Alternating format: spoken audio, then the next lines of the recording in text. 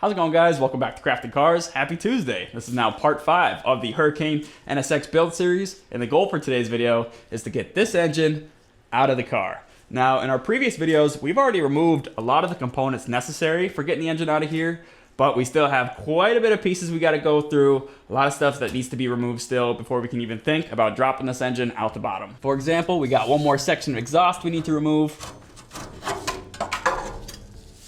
We got our ABS/wheel speed sensors.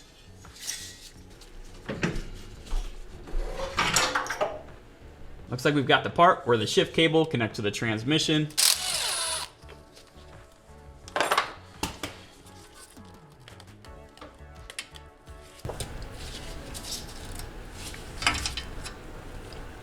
We've got this bracket that holds the shift cable flush against the chassis. We got the front subframe here. Looks like it's still attached to the front motor mount on the car, so got to get this unbolted. Yeah. There we go.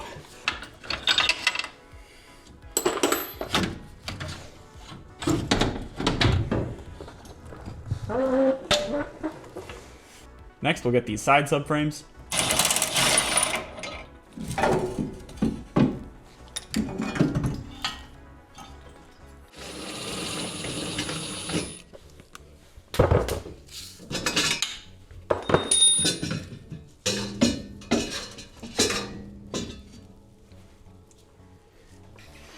So next up, we gotta disconnect our AC system here. Now, a lot of times people take this compressor, remove the belt, unbolt it, and kind of swing it off to the side. But since our system is already depressurized and I wanna keep this engine kind of one whole unit, I should be good just to disconnect the lines right over there. And that's kind of cool. This engine is only held on by the 2 motor mounts on the driver and passenger side. So you can move this thing pretty easy.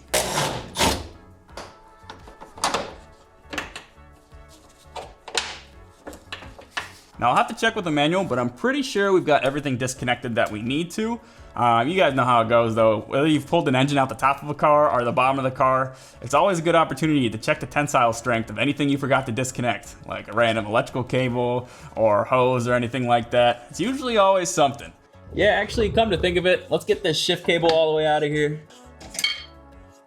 And we'll remove this cover so we can drain the coolant out of these aluminum drain pipes.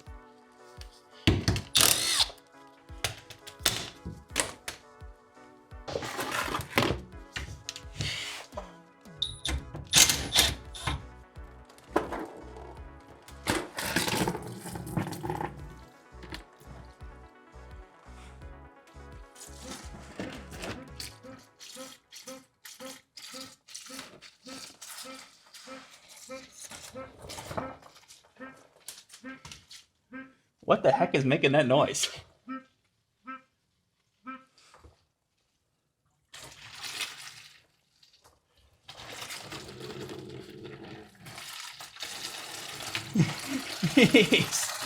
That's like me on a Saturday morning.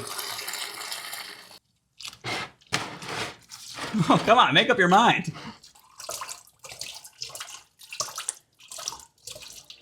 Got some new crush washers for those plugs. All right, now we can start working on the top end. Here's what it looks like inside that intake boot.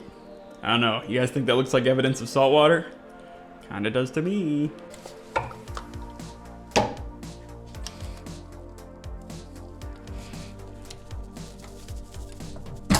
Ugh. It's kinda cool. Honda has this fan back here. I think it evacuates the heat out of the engine bay and pushes it out of the side vent. What do you think, Lauren? Is this fan gonna work? No. About to find out. Heyo! That feels nice. This fan motor is a Mitsuba. They make a lot of the electronics on this car. Looks like the fan motor in the engine bay was pretty watertight. With that fan out of the way, we should now be able to pull the ECU plugs through the firewall. Can't forget our fuel lines.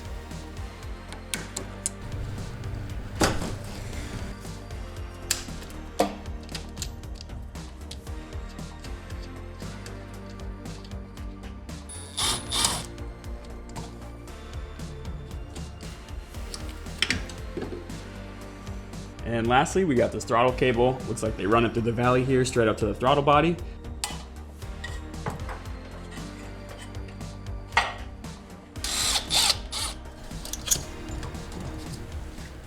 So I think it's about time to get the engine out of here. Everything should be disconnected. The only things holding the engine in now are the driver and passenger side motor mounts. Now there are a couple ways to get the engine out of the car. I don't believe you can get it out the top, but as far as removing it from the bottom, a lot of people like to have like a 4-post lift, drop the engine on a table. I've seen some people lower the front down and pick up the actual chassis with a crane and then drop the engine on a table or something like that, maybe on a pallet. How I'm gonna be doing it is I'll be utilizing my quick jacks. I'm gonna be lowering the chassis as far as I can go onto some blocks. So I cut up all these blocks right here and I built myself a little skid there, and it's got some anti-friction material. So once I lower the engine down, I should be able to slide it on the floor out of this thing. So yeah, blocks are gonna kind of allow me to kind of stage up the engine exactly how I need. I'll set the engine and chassis down on the blocks, make sure the engine is actually, solid. Unbolt the motor mounts. Then I'm gonna raise the chassis back up. At this point, I shouldn't be able to pull the engine out just yet. So what I'll probably have to do is kind of pick up either side of the engine, removing blocks as I go, until one by one, I lower the engine all the way onto my skid, and it should be ready for removal. That's my plan, at least.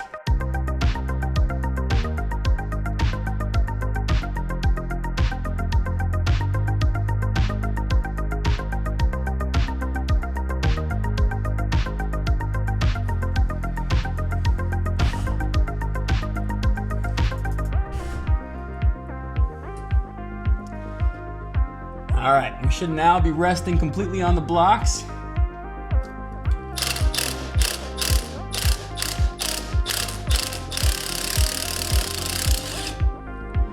That's the driver's side mount disconnected.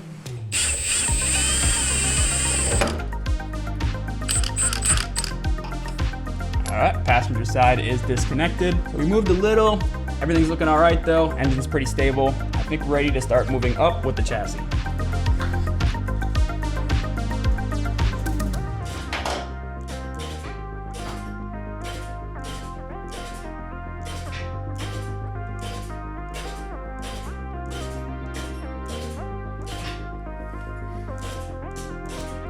All right, now I'll scoot the engine a little bit this way, since when the quick jack lifts, the whole chassis kind of moves this way.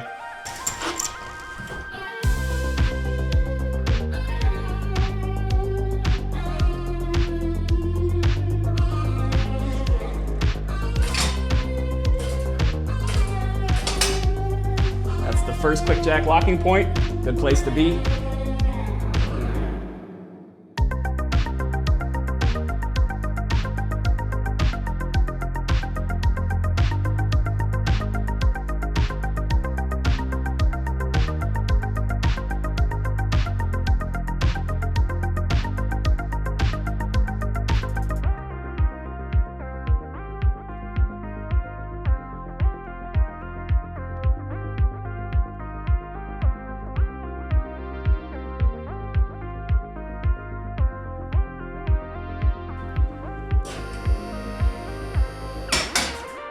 There's our locks.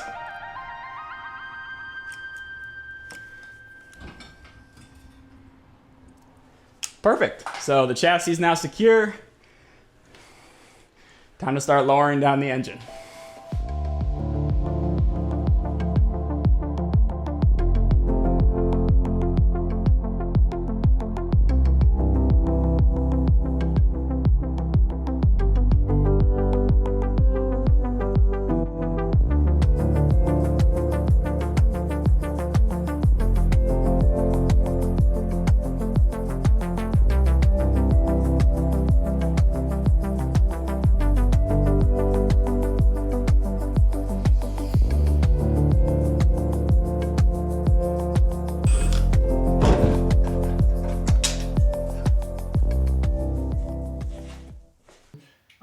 I'll hook the strap up to help me out.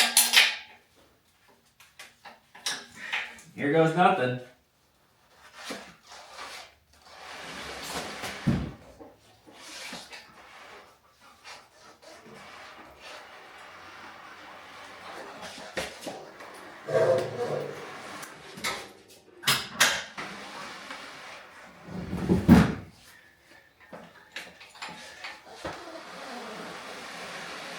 All right.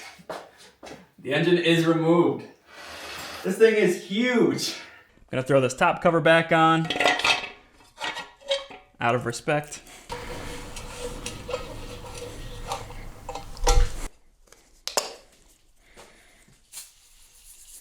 It's such a beautiful engine. These things are so intricate, have so many moving parts, so many sensors, yet it all comes together to look so nice. I still can't believe this is happening. We just pulled the motor out of an NSX. Such a cool opportunity. All right, so the engine's out.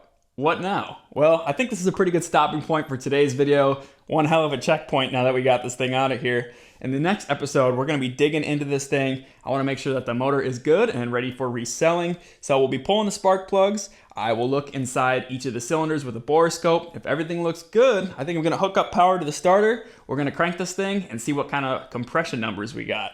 On top of that, I think it's time to start cleaning up inside this engine bay. Make it look nice for whatever we decide to put in there next. It's kind of an off-white in there. It doesn't really match the exterior paint so well, although I'm sure this is all original paint. So we'll use some super clean, get all the grime out of there, and then I'll talk to the customer, see if he wants to do a quick respray, maybe just with some Grand Prix white single stage or something. Yeah, we'll just have to see. But I'd like to thank you guys for tuning in. I know we picked up some new subscribers that are into this build series content. It's a little change of pace for me since I mainly do DIY content, but whatever content you prefer, I hope you are enjoying this Hurricane NSX project. I know I am. If you liked the video, don't forget to like, share, subscribe, all that good stuff. And yeah, I'll see you next Tuesday. Bye-bye.